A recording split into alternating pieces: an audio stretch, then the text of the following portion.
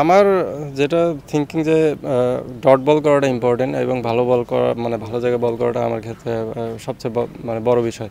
কারণ কোনো বলার বলে বলে উইকেট নিতে পারবে না এবং উইকেটের জন্য যদি রাশ করে তো দেখা যায় যে ইকোনমিটা বেড়ে যায়, টিমের জন্য হার্মফুল হয়ে যায়। তো যদি পার্টনারশিপ বলিং এক এন্ড থেকে আমি ডট বল বা ইকোনমিক্যাল স্পেল করতে পারি, দেখা যায় যে আরেক এন্ড থেকে উইকেট পাওয়ার অনেক বড় চান্সেস থাকে। তো এই ক্ষেত্রে টিম উপকৃত হয়, আর টিম উপকৃত হওয়াটাই এখানে প্রত্যেকটা প্লেয়ারের লক্ষ্য। টু বি অনেস্ট, উইকেট পুরাই বলতে গেলে বলিং ফ্রেন্ডলি উইকেট ছিল।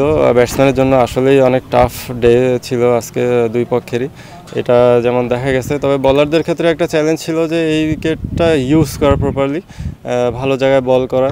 কারণ ভালো জায়গায় বল না করতে পারলে আসলে কোনো উইকেট বের করা বা একটা ভালো কম টোটালে অল আউট করা পসিবল না। আপাতত তো তাই মনে হচ্ছে, কারণ সব টিমই যে কেউ যে কোনো দিন যে কাউকে হারাচ্ছে। তো এটা ভালো দিক যে এটা একটা কম্পিটিশন ওপেন হয়ে গেছে সবার জন্য, যে সবাই যেদিন ভালো করবে সবাই এই ক্ষেত্রে সুপার লিগ চ্যাম্পিয়ন্স এর জন্য আর কি ফাইট করতে পারবে। বিপিএল এটা উইকেট ভালো থাকে, স্কোরিং উইকেট থাকে, গ্রাউন্ড ছোট থাকে। তো আর বিপিএল টি20 খেলাটাই হচ্ছে রানের খেলা, রান না হলে আসলে দর্শকও সেভাবে মজা পায় না। তো অ্যাট এ টাইম যদি এরকম কাছাকাছি উইকেটে যদি ডিপিএলে থাকে তো এটা ভালো লাগবে। 50 ওভার ব্যাটসম্যানরা ব্যাটিং করবে, বলাররা চ্যালেঞ্জ ফেস করবে, তো এটা হলে খুব ভালো হয়। কিন্তু এভাবে যদি এত কম রানে দুই টিম যদি অল আউট হয়ে যায় বা এত কম রানে টাফ ক্রিকেট খেলতে হয়, তো সেক্ষেত্রে ডিফিকাল্ট দুই টিম মানে উভয় টিমের জন্য খেলাটা এনজয়েবলের থেকে সবচেয়ে বেশি চ্যালেঞ্জিং হয়ে যায়। হ্যাঁ, এটা অবশ্যই অনেক বড় প্লাস পয়েন্ট। শুধু ইমরুল ভাই না, মার্শাল ভাই আছে, তাইবুর পারভেজ ভাই আছে, শুভ দাদা আছে। তো এক্সপেরিয়েন্স ক্যাম্পেইনার থাকা সবচেয়ে বেশি ইম্পর্টেন্ট। এক্সপেরিয়েন্স প্লেয়ার ছাড়া এই লঙ্গার ভার্সন ক্রিকেট বলেন, যে কোনো ক্রিকেট বলেন, তো ইজি হবে না। আমি যেটা ফিল করি যে এক্সপিরিয়েন্স প্লেয়ার আজকে যে সিচুয়েশনটা দাঁড়াইছিল, এক্সপিরিয়েন্স প্লেয়ার ছিল বিধায় আমরা এটাকে কমফোর্টেবলি উইন করতে পারছি। আদারওয়াইজ দেখা গেল যে ইনএক্সপিরিয়েন্স ক্যাম্পেইনার থাকলে এটা আমাদের জন্য ডিফিকাল্ট হতো। হ্যাঁ, এটা আসলে খুবই চ্যালেঞ্জিং। প্রত্যেকটা প্লেয়ার এই ডিপিএলটাই অনেক প্লেয়ার বিপিএল খেলতে পারে না, অনেক প্লেয়ার এনসিএলে চান্স পায় না। তো দেখা গেল ডিপিএলটাই একটা সরাসরি কন্ট্রাক্ট থাকে। তো এইটা খেলেই এক একটা দেখা গেল প্লেয়ার ফ্যামিলি চালাতে হয়, সারা বছর কষ্ট করতে। আর ক্রিকেট খেলা আসলে অনেক এক্সপিরিয়েন্স।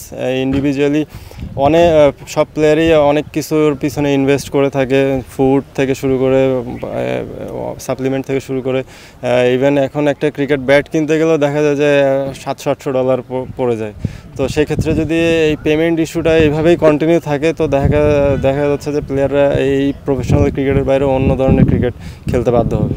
আমরা আশাবাদী যে একটা সার্টেন পিরিয়ড পার হচ্ছে। আমরাও সাপোর্ট করতেছি ক্লাবগুলোকে, কারণ যে সব প্লেয়ারই আপনারা দেখবেন সব টিমেই খেলতেছে। আর দিন শেষে সবাই খেলাটাকে ভালোবাসে, আমরা খেলাটাকে এনজয় করি। ঠিক আছে, পেমেন্টটা সবচেয়ে বড় ইস্যু হওয়ার পরে আমরা খেলাটার পিছনে যেরকম এফোর্ট দিচ্ছি, এটা শো করে যে আসলে আমরা ক্রিকেটটাকে কতটা মনে প্রাণে ধারণ করি। ইভেন এটা যদি পেমেন্টটা স্বাভাবিক হয়ে যায় তখন দেখা যায় যে এটা আরও আমাদেরকে মোটিভেট করবে, আরও পাম্প আপ করবে। অবশ্যই এই পুরা প্রতিষ্ঠান সব প্লেয়ার তো সকলেই বিসিবির আন্ডারই। তো বিসিবি যদি দায়িত্ব নেয়, কারণ প্লেয়াররা তখন আরও এই পাশে মনোযোগী হবে। তো আমি এবং সব ক্রিকেটাররাই চাইবে যে বিসিবি এটার সাথে কোঅপারেট করুক, প্লেয়ারদের সাথে কোঅপারেট করুক, ক্লাব কর্মকর্তাদের সাথে কোঅপারেট করুক, একটা ভালো ডিসিশন আমাদের সবার জন্য যেন এটা কাম্য হয়।